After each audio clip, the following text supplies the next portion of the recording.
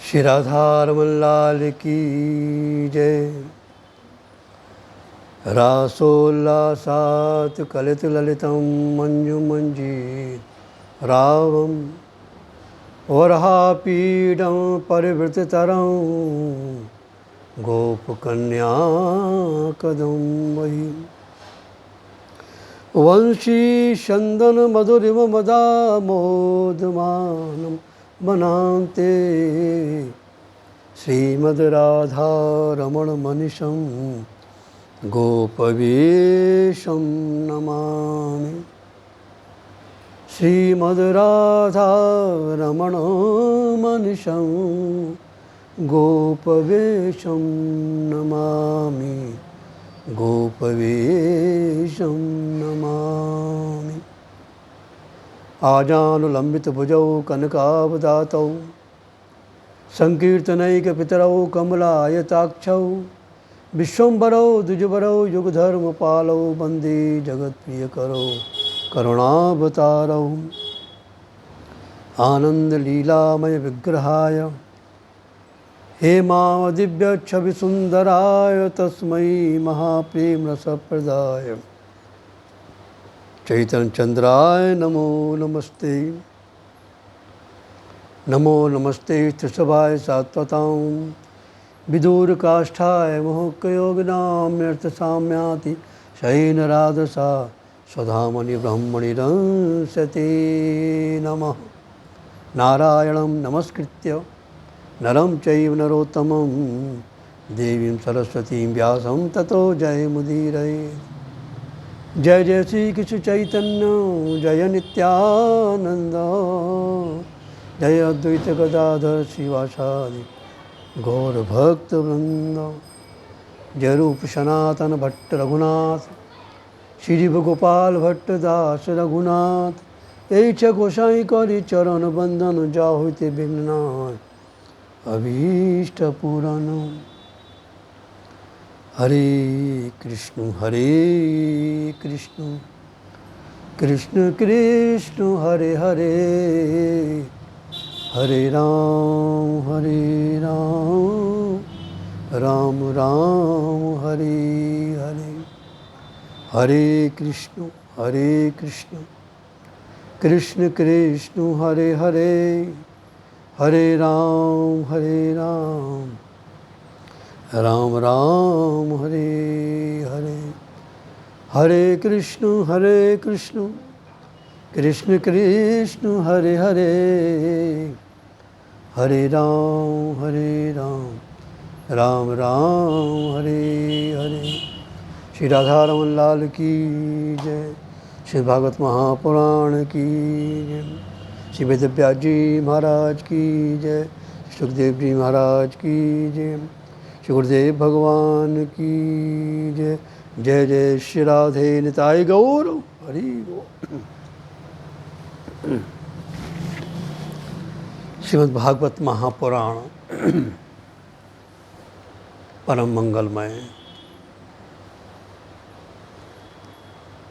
भगवान का वांगमय से विग्रह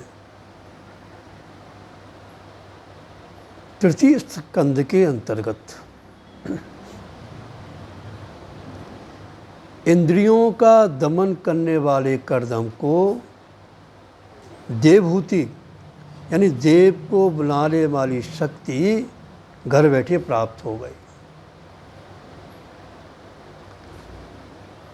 तप के द्वारा सब कुछ संभव है, बिना तप के कुछ नहीं। जैसे जब लोग तप नहीं करते हैं तो भगवान बद्रिकाश्रम में बैठे बैठे तप कर रहे हैं। मृदु तीव्रम तपोते पे भगवान लोक भावन हो। तब से शक्ति संपत्ति आती है। नदी को बांध दो कितनी शक्ति आ जाती है, लाखों मेगावाट बिजली उत्पन्न हो जाती है। महाराज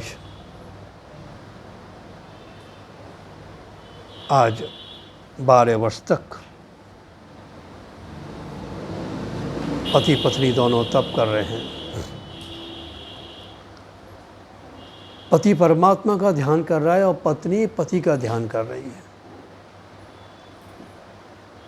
वारे वर्ष पश्चात जैसे कदम से नेत्र खोले तो देवहूति को देखकर विवाह के समय इसका कैसा रूप था, कैसी जर्जर हो गई है, वो तपस्वी हो गई है। कदम से प्रसन्न हो गए, देवी जो इच्छा सो पर मांग लो।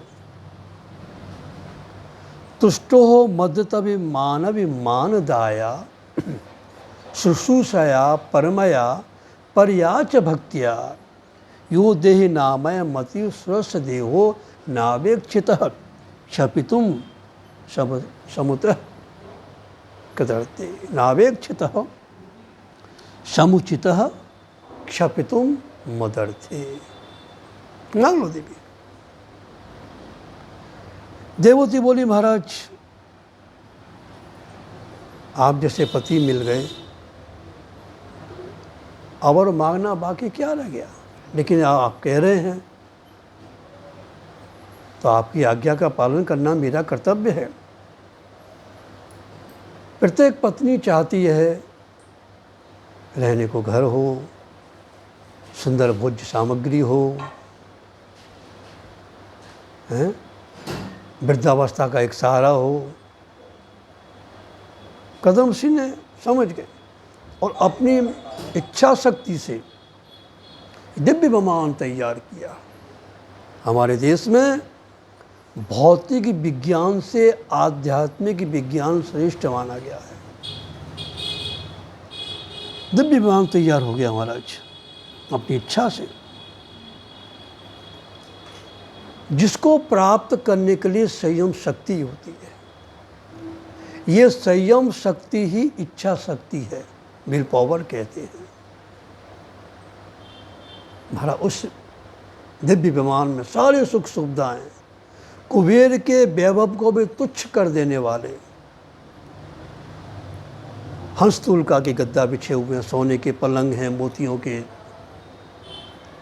दरवाजे पर मोतियों के महाराज लटके हुए हैं। इस कुबेर के वैभव को तुच्छ कर देने वाले विमान को देखकर देवहूति प्रसन्न नहीं हुई। क्यों?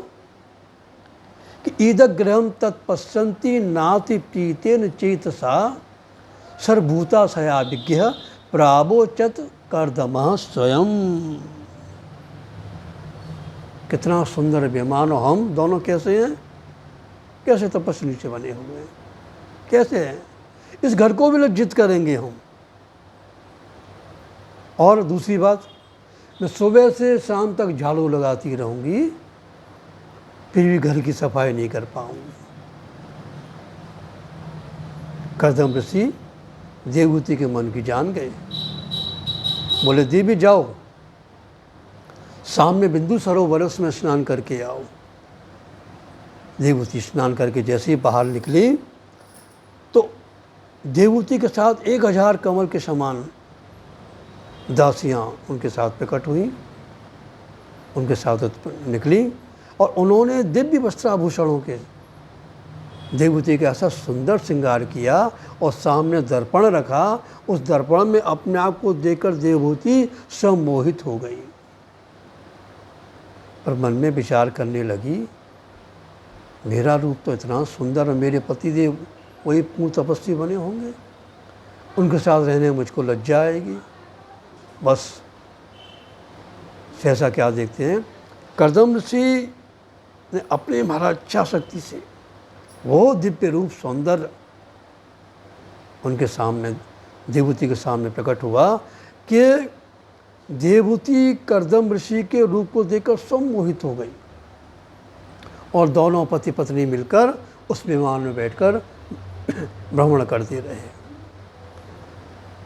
कभी महाराज सुमेरु पर्वत की उपत्यका आदित्यकाओं में जा रहे हैं, कभी नंदन वन में विहार कर रहे हैं, कभी चैत्र सर्वतोभद्र वनों में विहार कर रहे हैं। वैष्णव के सुरसने नंदने पुष्पभद्र के मानसे चैत्र रथे चस रेमे राम यारतः। ये सुनकर सुखमुनि राजा परीक्षित सोरा मुस्कुराए। सुखदेव जी समझ गए कि राजा परीक्षित भावी शंकाओं के निवारण के लिए मुस्कुरा रहे हैं कि कहीं आगे के लोग ये गप नहीं मान बैठे, सारी गप है। तो सुखदेव जी बोले, राजा किम दुरापादनम तेषाम पुंसाम उद्दाम चेतसाम रैराशतस्तीर्थ पदश्चरणो व्यसनात्य। राजा, जिन्होंने भगवान की उपासना की है उनके लिए कुछ भी असंभव नहीं है। जो इच्छा करे हो मन माही, राम कृपा कछु दुर्लभ नाही।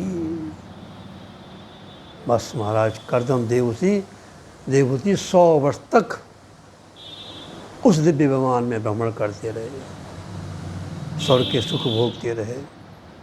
इसी बीच देवहूति के गर्भ से 9 कन्याएं उत्पन्न हुई। यानी करदम ऋषि मन में विचार करने लगे कि भोगों से कभी शांति तो मिलेगी नहीं, भोग जितने भोगेंगे उतनी भोगेच्छा बढ़ती जाएगी। अग्नि में, दीपक में जितना हम अग्नि प्रवेश कराएंगे अग्नि उतनी ही प्रज्वलित होगी। अगर अग्नि को शांत करना हो तो घी देना बंद कर दो। त्यागा तो शांति अनंतरम, तो भोग में कभी शांति मिलेगी नहीं। करदम ऋषि ने विमान नीचे उतारा, बोले देवी हमने तुम्हारे साथ 100 वर्ष तक खूब भोग भोगे, भोगों से कभी शांति होगी नहीं। अब हम संन्यास लेकर और भगवत भजन में जा रहे हैं। देवहूति बहुत बड़े विनम्र भाव से नीचे को माथा करके बोली, आप जा तो रहे हैं तो इन 9 कन्याओं का क्या होगा? चलो मैं किसी प्रकार इन कन्याओं का विवाह भी कर दूंगी, लेकिन अंतिम में वृद्धावस्था का सहारा एक पुत्र तो चाहिए। अब करदम ऋषि को ध्यान आया, भगवान ने कहा था कि मैं तुम्हारी पत्नी के गर्भ से जन्म लेकर पुत्र बनकर तुम्हारी सेवा करूंगा। करदम ऋषि बोले कि माख दो राजपुत्री थ महात्मानं प्रत्यनिंदते भगवान से क्षरो गर्भम दूरासम प्रपश्यते। देवी राजकुमारी चिंता मत करो, अरे तुम्हारे गर्भ से पूर्ण पुरुषोत्तम भगवान जन्म लेने वाले हैं, प्रकट होने वाले हैं। बस दोनों पति पत्नी मिलकर भगवान का ध्यान करने लगे। कुछ समय पश्चात भगवान देवहूति के घर से कपिल मुनि के रूप में प्रकट हुए। बोलो कपिल भगवान की जय। ब्रह्मादिक देवता आए, जय जयकार करने लगे, जय जयकार करने लगे। बोले धन्य है, तुम्हारा गृहस्थ आश्रम सफल हो गया, तुम जगत पिता के भी पिता बने हो। ये पत्र भक्ति का पुरस्कार है। भगवान को गोद में गृहस्थी ही खिला सकता है।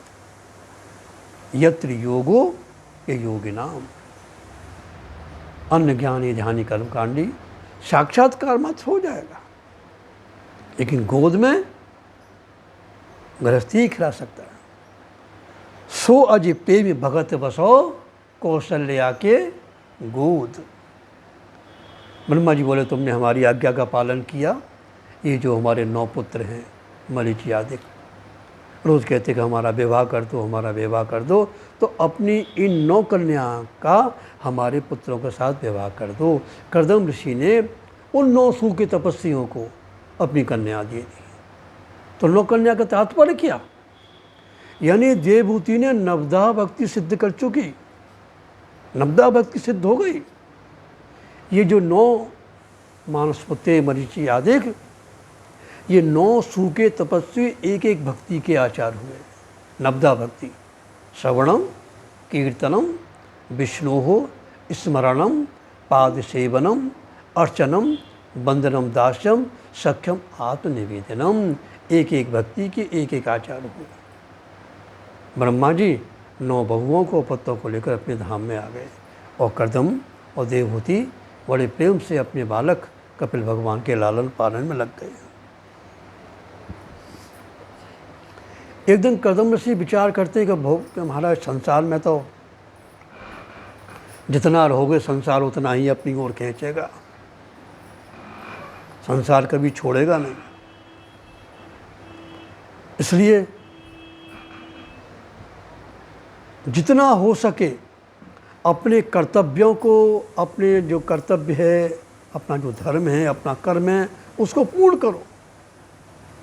अनासक्त भाव से प्रभु की आराधना में लग जाओ, क्योंकि बड़े भाग मानुष तन पावा। ये जो हमको जो तन मिला है, क्या भोग भोगने के लिए मिला है?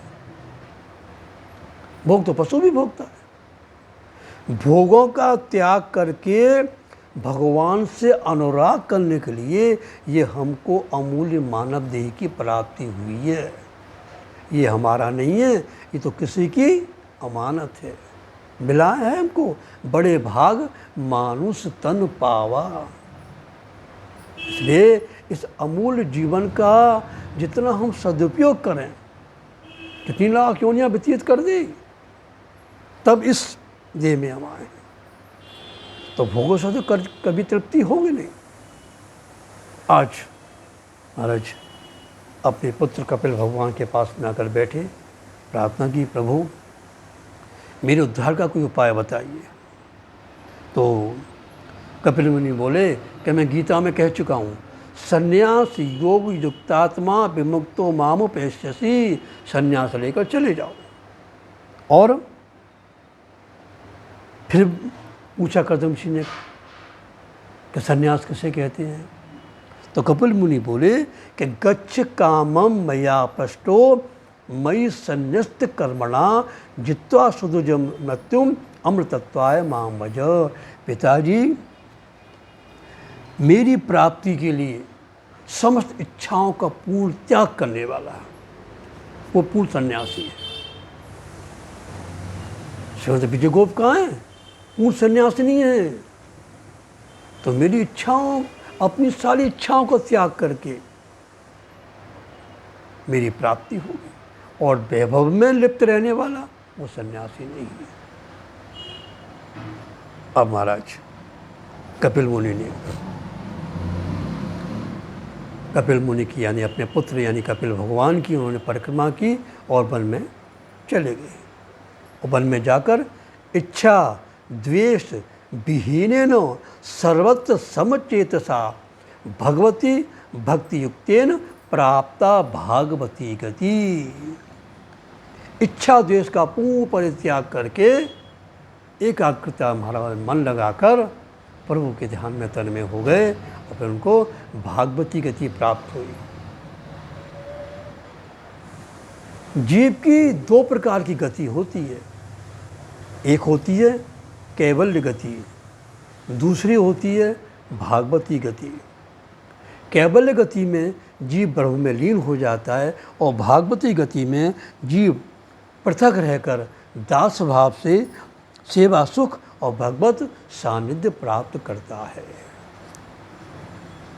जब कर्दम ऋषि वन में चली गई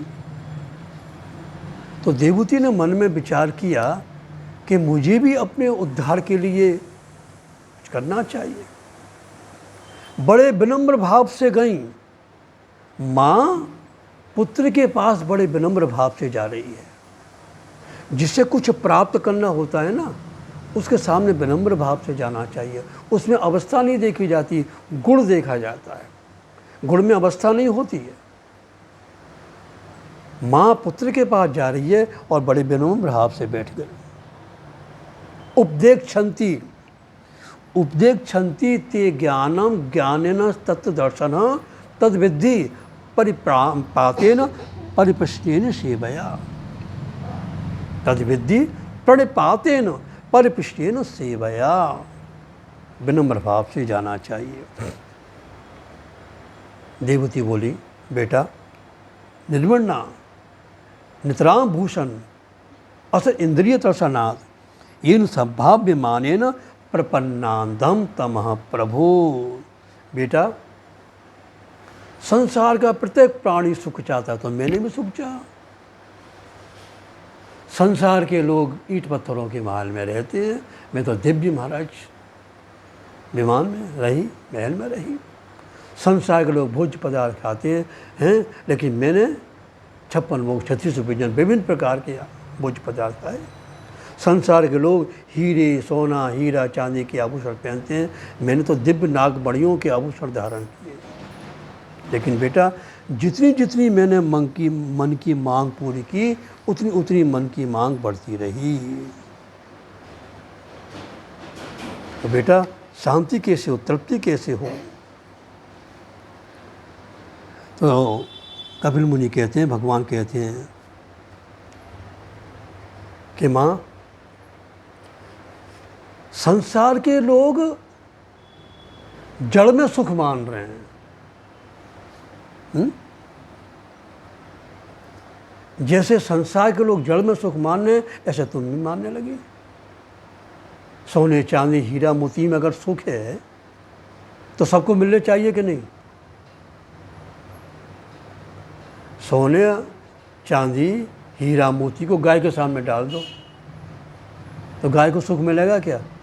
सूंघ कर हट जाएगी। तो मान लिया कि इसमें सुख है, लेकिन सुख कहाँ है?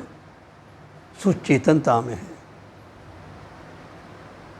जड़ में सुख नहीं है, चेतनता में सुख है। सुंदर भोज पदार्थों में बड़ा सुख है, रबड़ी रसगुल्ले में बड़ा सुख है। और जिसका नाक तक पेट भरा हुआ है उसके सामने रखो, सुख मिलेगा क्या? नहीं मिलेगा। किसी ने कहा, अरे देखो ना देह में कितना सुख है। एक पति और पत्नी दोनों बैठे हुए हैं और आपस में व्यवहार हो रहा है। तो नौकर ने क्या समझा, देखो ना कितना सुख है इन दोनों में। सहसा क्या होता है कि एक का देह अचेतन हो गया, अब सुख क्यों नहीं है? अगर शरीर में सुख है तो अब सुख की प्राप्ति क्यों नहीं हो रही है? देह में सुख है तो अब प्राप्ति सुख की क्यों नहीं हो रही है? अथवा दो चेतनता दोनों जड़ के रूप में हो गए। वो चेतन अभी एक चेतन एक अचेतन, सुख की प्राप्ति नहीं है। सुख की कहाँ प्राप्ति है? जो दो चेतनता में, अथवा दो अचेतन देह हो गए, अब क्यों सुख की प्राप्ति नहीं हो रही है? तो सुख की प्राप्ति चेतनता में नहीं है, सुख की प्राप्ति जड़ में नहीं है, सुख की प्राप्ति चेतनता में है। माँ ने पुत्र को हृदय से लगाया, पुत्र से गात संस्पर्श चंदनादपि शीतलम। मुझे इस पुत्र का शरीर चंदन से भी शीतल लग रहा है। और सहसा वो उसमें से निकल गया। अम्मा क्यों रो रही है? तो देह में सुख नहीं है, देह के अंदर जो चेतन स्वरूप परमात्मा विराजमान है उससे सुख की प्राप्ति हो रही है। छोटा सा बालक है, उसको भी खिलौने दिखा दो, हंसने लगता है, नहीं तो रोने लगता है। तो मन क्या एक छोटे से बालक की तरह है। तो ये जब विषय रूपी घास पर मुख डाले, ये जब विषय रूपी घास पर मुख डाले, तब विवेक का डंडा मारकर इसे शांत कर देना चाहिए। तो माँ, सच्चा सुख तो प्रभु की आराधना में है। माँ, अच्छे लोगों का संग करने से, सत्संग करने से सुख की प्राप्ति होती है। ये जीव कर्मानुसार आता है। माँ के गर्भ में आया, 10 मास तक गर्भवास में नरकवास का उसको पीड़ा हो रही है। कभी माँ ने मिर्च मसाले की वस्तु खा ली तो उसको कितनी पीड़ा हो रही है, कभी गरम गरम चाय पी ली तो कितनी पीड़ा हो रही है। वो भगवान से प्रार्थना करते हैं, प्रभु इस नरकवास से मुझे दूर करो, मुझे निकालो। जब उसका जन्म होता है तो उसका वो पराधीन है, बालक का जन्म हुआ वो पराधीन है, उसका जीवन माँ पर आश्रित है। कभी क्या होता है, माँ क्या सोचती है, ये बालक भूखा है, हालांकि दूध पी लिया, ये बालक भूखा है तो और ज़्यादा दूध पिला देती है, उसे अजीर्ण हो जाता है। और कभी उसका पेट एकदम खाली है, वो रो रहा है तो क्या समझती है, इसको बहुत ज़्यादा दूध पिला दिया, इसलिए और घुटी देकर उसका पेट साफ कर देती है। तो उसका जीवन तो पराधीन है। पर छंदम न विदुषा पुष्यमाणो जनेन सह अनभिप्रेतमापन्न प्रत्याख्यातो मनीश्वर। इस प्रकार शैशव काल से वो बाल्यकाल में आया, मित्रों के साथ खेलने की इच्छा होती है, लेकिन माता पिता उसके विरुद्ध नहीं जाने देते। फिर यौवन काल में आया, पढ़ने लिखने लगता है, फिर और बड़ा हुआ, विवाह होता है, पत्नी आ जाती है, फिर संतान होती है, धीरे धीरे वृद्ध हो जाता है। जब वृद्ध हो जाता है तो उसका फिर कोई सम्मान नहीं करता। सब ऐसे नहीं है। आज वो एक बाहर पौड़ी में खटिया पड़ी हुई है, टूटा गद्दा, फटा गद्दा पड़ा हुआ है, एक जल का करुआ रखा हुआ है। अब वो सोचता है, उस अवस्था में, वृद्धावस्था में आकर वो पूरा उसको ध्यान आ रहा है कि अब हम राम डोकरा भये, अब हम राम डोकरा भये, टूटी खाट पौर पे डेरा, करुआ शरण भये, थर थर कांपत अंग शिथिल भय, लटकन लगे खये, नाती पूत बैर बैयर सो आदरहीन भये, करी न प्रीत नंद नंदन सो, जब दिन हते नए, सूरदास भगवंत भजन बिनु बिरथा दिवस गए। आया था भगवान से प्रेम करने, लेकिन संसार ने मुँह में उसको ऐसा डाला कि सब भूल गया। जब अंतिम समय आता है, यमदूत उसे खींच कर ले जाते हैं, महाराज 99,000 योजन तक उसे खींच के ले जाते हैं, लेकिन उसमें भी वो संसार को नहीं भूलता, फिर इसी लोक में आ जाता है। तो माँ, क्या तुम्हें भी इस प्रकार पड़े रहना है क्या? आज माता देवहूति वहीं बैठे बैठे सिद्ध हो गई, तो वो स्थान सिद्धपुर के नाम से विख्यात हो गया। अहमदाबाद के पास मेहसाणा है, वहाँ सिद्धपुर के नाम से माँ देवहूति सिद्ध हो गई। प्रथम स्कंद में उत्तम कोटि के वक्ता से उत्तम कोटि के श्रोता ने एक सार्वभौम प्रश्न किया कि 7 दिन में मरने वालों का क्या कर्तव्य है। तो द्वितीय स्कंद में सुखदेव जी ने उसके 2 उत्तर दिए। नारायण की मौत का ध्यान करते करते नारायण का स्मरण करो, नारायण की मौत को दूजे श्री भगवान। तृतीय स्कंद में इसके 3 उत्तर दिए। क्या उत्तर दिए उसमें कि ये काम क्रोध लोभ नरक के द्वार हैं। काम क्रोध अर लोभ यह नाथ नरक के पंथ, और सब तज भज रघुवीर ही, भजे भजय जय संता। कामेन कर्म नाशस्यात्, क्रोधेन ज्ञान नाशनम, लोभेन भक्ति नाशस्यात्, तस्मादेतत् त्रयं त्यजेत।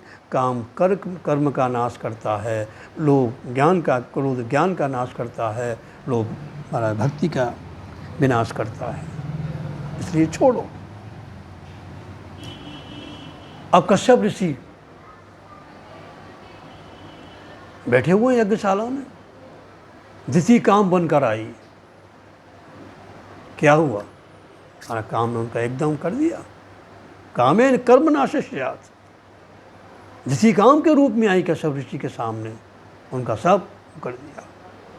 क्रोधेन ज्ञान नाशनम, सनकादिक मुनीश्वर दरवाजे पर खड़े हुए, लेकिन उनको क्रोध आ गया। उपज क्रोध ज्ञान इनकर ही है। काम ने कश्यप ऋषि पर प्रभाव डाला, क्रोध ने सनकादिक मुनीश्वर पर प्रभाव डाला, और लोभ से महाराज कौन बचा है? तो ये सब बच जाएं। काम क्रोध लोभ से कोई बच जाए, ये तो बड़ा शक्य है। तो सुखदेव जी कहते हैं ऐसी बात नहीं है कि काम से कोई नहीं बचे, क्रोध से नहीं बचे, लोभ से नहीं बचे। ठीक है, प्रमाद के कारण कश्यप ऋषि काम से नहीं बच सके, सनकादिक मनुष्य क्रोध से नहीं बच सके, संसारी लोग लोभ से नहीं बच सके, तो ऐसी बात नहीं, कोई बचे नहीं। कर्दम ऋषि को देखो, बचेगा नहीं। पत्नी आई, प्रभु का ध्यान होने लगा, उस रूप में प्रभु का देखा, बच गए काम से। संन्यास लेकर जब जाने लगे, पत्नी ने क्रोध किया,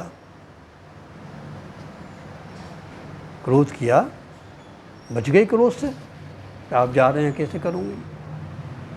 इतना बड़ा लोभ, बेमान लोभ त्याग दिया, काम से बचे, क्रोध से बचे, लोभ से बचे। ठीक है महाराज, जब इतने ये बुरे हैं तो भगवान ने बनाया क्यों? जब काम क्रोध लोभ वो बुरे हैं तो भगवान ने बनाया क्यों? और भगवान की बनाई चीज़ कोई बुरी नहीं है। और इसका विधान देखो ना भाई, इसका दुरुपयोग क्यों करो? इसके सदुपयोग का विधान है। काम यानी कामना, किसकी? भजन की। भजन कामना करो, कर का मन का डार के मन का फेर, माला क्यों देते हैं? कामना करो। आगे हम सुनेंगे गोप्य कामात, कि इस काम का भाव क्या है। आगे हम 10वें स्कंद में इसका श्रवण करेंगे। तो काम यानी कामना, किसकी? भजन की। क्रोध किसके ऊपर? दूसरे पर नहीं, अपने ऊपर। जीवन चला जा रहा है, एक पल घटता हुआ चला जा रहा है। आज चला गया, कल लौट के नहीं आएगा। इसलिए वर्तमान तो अपने पास है ना, भूत की चिंता क्या करें, भविष्य की हमको क्या चिंता है, लेकिन वर्तमान तो अपने पास में है ना, इसको सुधारें। अरे जीवन जा रहा है। तो क्रोध अपने ऊपर, किसी दूसरे पर नहीं।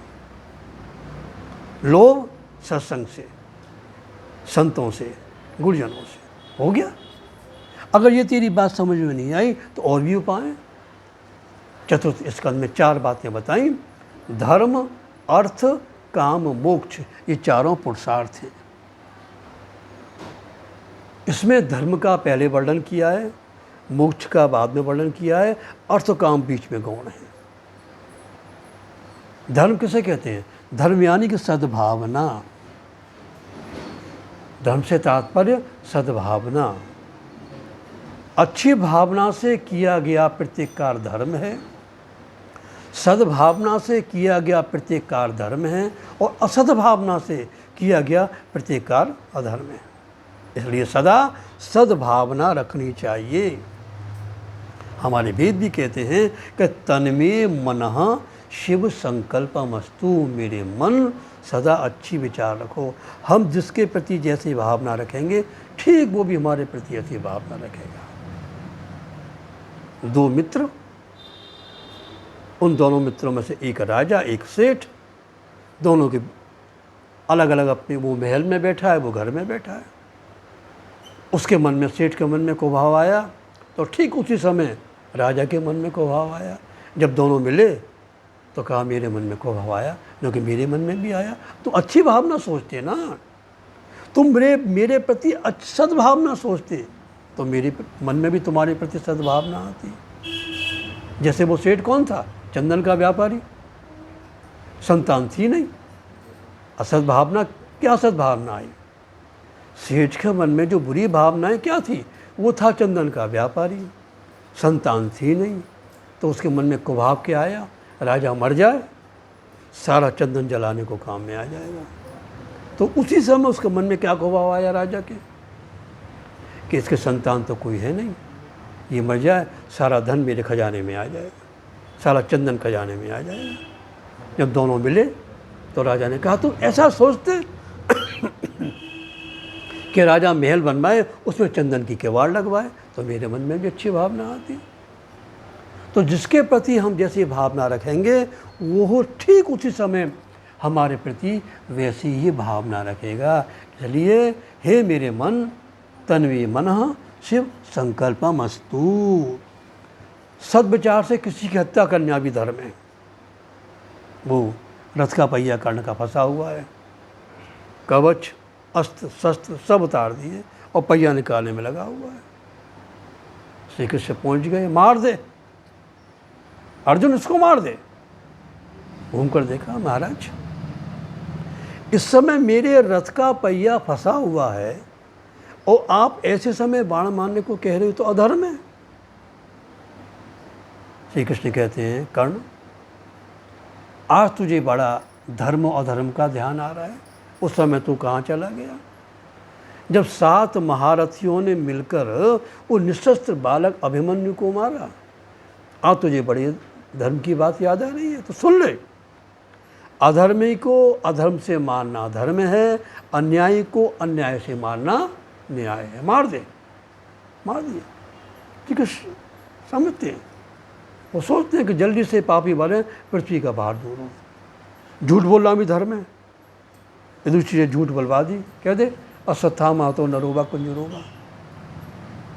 मैं द्रोणाचार्य लड़ना बंद करें। एक अश्वत्थामा नाम का हाथी भी था और एक अश्वत्थामा उनके पुत्र का नाम था। ब्राह्मण का काम लड़ना थोड़ी है, भजन करें भोजन करें आराम से। तो झूठ बोलवाना भी धर्म हो गया। दक्ष प्रजापति ने कितना बड़ा यज्ञ किया, लेकिन भावना क्या थी? महादेव का बहिष्कार। तो असद विचार से किया गया इतना बड़ा यज्ञ भी अधर्म हो गया। महाराज गंगा तट पर सुखदेव, परीक्षित, नैमिषारण्य वन में सूत जी, शौनकादिक और हरिद्वार में मैत्री मुनि, विदुर, तीनों जगह गंगा तट, हरिद्वार, मैत्री मुनि और वो नैमिषारण्य वन, तीनों में एक ही बात, इस प्रसंग को सुनने की इच्छा हुई कि इसको जरा आप विस्तार से सुनाएं। तो मैत्री मुनि बोले कि पुरा विश्व सजाम सत्रे समेताः परमर्षय तथा मरगणाः सर्वे सानुगा मुनि योगिनः। एक बार प्रयागराज में बड़ा भारी यज्ञ हुआ, सारे देवता सब उसमें पहुँचे, ऋषि मुनि सब पहुँचे, ब्रह्मा जी भी गए, महादेव बाबा भी गए, सब बैठे हुए। और सबसे पीछे सूर्य के समान प्रकाशवान महाराज कर्मकांडी दक्ष भी पहुंचा। सबने उठकर उसका अभिनंदन किया। भाई कोई सत्पुरुष आए तो उसका उठकर अभिनंदन करना चाहिए, शिष्टाचार है ये, उसका सम्मान करना चाहिए। ब्रह्मा जी नहीं उठे, पिता है भाई, उनको क्या है। उधर महादेव भी नहीं उठे, ब्रह्मा जी तो बड़े हैं, पिता है तो ठीक है, कोई बात ही नहीं है। महादेव भी नहीं उठे, क्योंकि महादेव बाबा तो जहाँ बैठते हैं ना, बस बैठे बैठे प्रभु के ध्यान में रहते हैं। कौन आया कौन गया इसका उन्हें कोई वो नहीं रहता। दक्ष बहुत देर तक देखता रहा, बहुत देर तक। जब उसको महाराज न रहा गया तो सभी उस सभा में सभी सभासदों को संबोधित करते हुए बोला कि सूयताम ब्रह्मर्षयो में सहदेवा सहाग्नयः साधूनां ब्रवतो वृत्तम नाज्ञा नान चमत्सरात्। आप सभी लोग ध्यान दें, मैं किसी ईर्षा द्वेष से नहीं कह रहा हूँ, मैं तो एक शिष्टाचार की बात कह रहा हूँ कि कोई सत्पुरुष आवे तो उठकर उसका सम्मान करना चाहिए, स्वागत करना चाहिए, अभिनंदन करना चाहिए। ये ब्रह्मा जी ना उठे, पिता है कोई बात नहीं, लेकिन महादेव पुत्र है, पुत्र के समान है, मेरा जमाई है, ये नहीं उठा। मैं जानता था इसके दुर्गुणों का भंडार है। हमारा करने लगा हैं, नग्न अमंगल वेश में रहता है, इसके जाति के देवताओं ने इसको पृथक कर दिया, ईश्वशानवासी है और मैंने अपनी मृगलोचनी कन्या इसे बंदर की सी आँख वाले बूढ़े पिता ब्रह्मा के कहने से दे दी। गृहीत्वा मृगसावाक्षया पाणि मर्कटलोचना प्रत्युत्थाना विवादार्य वाचा प्रकृति नोचितम। दक्ष क्रोध में कहता ही रहा, लेकिन महादेव को कोई असर नहीं।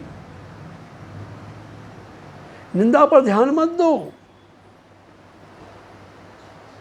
महादेव तो जहाँ बैठे ध्यान करते उनके अंदर, उनके ऊपर ज्ञान गंगा का निवास था, है? उन्होंने दक्ष के शब्दों पर कोई ध्यान नहीं दिया। शिव स्वात्मा शरीरी नाम। अब शिव की हम श्रीमद् भागवत का श्रवण कर रहे हैं और भागवत में हम महादेव बाबा की निंदा सुन रहे हैं।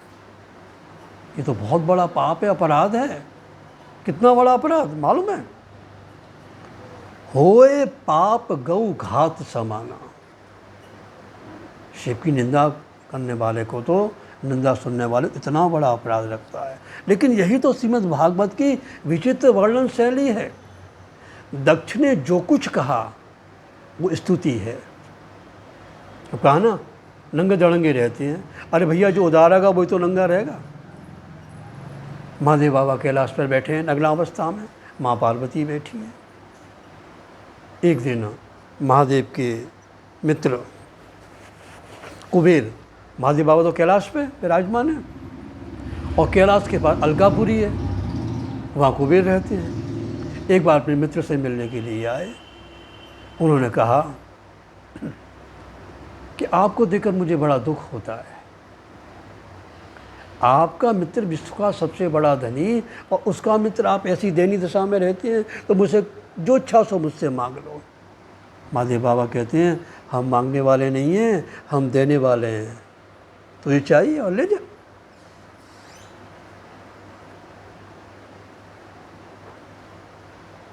और चाहिए हम तुझसे ले जा, हम कुछ नहीं चाहिए। तो माँ पार्वती कहती, भैया कुबेर, इनका तो काम चल जाता है, लेकिन मैं तो स्त्री हूँ ना, मुझे नहाने धोने रहने के लिए सब चाहिए, नहाने धोने का स्थान चाहिए। मेरे पास तो यहाँ कुछ भी नहीं है। मैं जानती हूँ कि कैसे मैं भूत प्रेतों के बीच में रहती हूँ। माता जी आज्ञा करो, तू हमारे घर बनवा दे बस। सुनते कुबेर ने बहुत सुंदर एक सोने का महल बनवा दिया। अब तो पार्वती बड़ी प्रसन्न, स्वामी अब तो इसमें रहा करेंगे। बहुत अच्छी बात है, बिल्कुल, लेकिन पहले घर की वास्तु प्रतिष्ठा तो हो। नया घर बना है, उसकी वास्तु प्रतिष्ठा हो, यज्ञ यागादिक हो, कथा कीर्तन हो, तब घर, कहते हैं ना, गृह प्रवेश करना है तो पहले शुभ कार्य तो ये हो जाए। तो हाँ स्वामी, ये करवा लीजिए, किसी ब्राह्मण को बुलवा लो। तो महादेव बाबा कहते हैं, सोचते हैं, देखो इस समय सर्वश्रेष्ठ योग विद्वान ब्राह्मण कौन है? रावण। मेरा भक्त भी है, उसे बुलवाएं। रावण आया, उसने बड़े प्रेम से घर की वास्तु प्रतिष्ठा की, यज्ञ यागादि की, बहुत विधि विधान से। हाँ विद्वान भाई, वो बैठ के भोजन किया। अब महादेव बाबा कहते हैं पार्वती से कि देवी, इसको दक्षिणा दो। बिना दक्षिणा की कार्य की, यज्ञ की पूर्ति थोड़ी होती है। कहते स्वामी, आपके सामने मैं देने वाली मैं कौन होती हूँ, आप ही दो। तब महादेव बाबा ने रावण से कहा, रावण, तेने इतने बड़े प्रेम से विधि विधान से तेने वास्तु प्रतिष्ठा की, तुझे जो चाहिए सो मांग ले, तू यहाँ से प्रसन्न होकर जाना। तेने बड़े प्रेम से किया तो जो इच्छा सो मांग लो। तो रावण कहता है, महाराज अगर आप देना ही चाहते तो ये महल दे दो ना। पार्वती ने माथा ठोका, अरे हम तो जानती थी इन मांगने वालों ने हमको नंगा करके दिया। तो कहाँ ये निंदा स्तुति। फिर इनके महाराज को कोई गोत्र का पता नहीं। एक बार जैसे जब महादेव बाबा का जब विवाह हो रहा था तो ब्राह्मण, वो गोत्र उच्चारण का समय आता है ना, कहते हैं भाई कौन, तुम्हारा क्या नाम, तुम्हारे पिता कौन, तुम्हारे दादा कौन, परदादा कौन। तो गोत्र उच्चारण का समय आया, महादेव पूछे भाई तुम्हारे पिता कौन। अब तो महादेव घबराए, मेरे पिता भाई, शिव तो आत्मा है। तो नारद जी बोले कहो तुम्हारे पिता ब्रह्मा। महादेव बोले हाँ हमारे पिता ब्रह्मा हैं। फिर ब्राह्मणों ने पूछा दादा कौन है? महादेव आप बोले कि दादा विष्णु। फिर ब्राह्मणों ने पूछा कि परदादा कौन है? महादेव आप बोले परदादा कौन है? तुम्हारे सामने बैठा तो है। अरे मैं ही तो परदादा हूँ। तो गोत्र चारण का मतलब तो महाराज ये तो अजन्मा ईश्वर हैं। जाति तो दक्ष ने कहा कि इसके जाति की देवताओं ने इसको जाति से अलग कर दिया। सहभागम न लभताम देवर्य गे गणाधम। महादेव बाबा कौन है? देव गणाधम, जिनसे सारे देव नीचे हैं। देवादिदेव कहते हैं ना महादेव बाबा को, देवादेव महादेव। इस प्रकार महाराज जब निंदा करता रहा महादेव कुछ नहीं बोले। भाई निंदा स्थिति तो देह की है ना, वो तो अजर अमर आत्मा है। सर्वस्व आत्मा शरीर नाम, उठकर चल दिए। लेकिन नंदीश्वर को यह सहन नहीं हुआ। देखो सब बैठे हुए ब्राह्मण और दक्ष की निंदा सुन रहे हैं। मैं तुम्हें श्राप देता हूँ। सर्वभक्षा ध्वजा व्यत्ययी धृत विद्या तपोव्रता वित्त देहिंदिया रामा याचिका विचिरंत। श्राप दे दिया ब्राह्मणों को। फिर हो गए इधर उधर, उधर ब्राह्मणों भी श्राप दे दिया। अरे हम तो कुछ ही बोले, शांत बैठे थे। तो महाराज उन्होंने भी फिर श्राप दे दिया कि भवव्रत धरा ये चतान समनुव्रता पाखंड नस्ते भवंतो सच्छास्त परिपंथन। उधर नंदीश्वर ने श्राप दिया, इधर भगजू ने श्राप दिया। परस्पर सापासापी कटता होने लगी।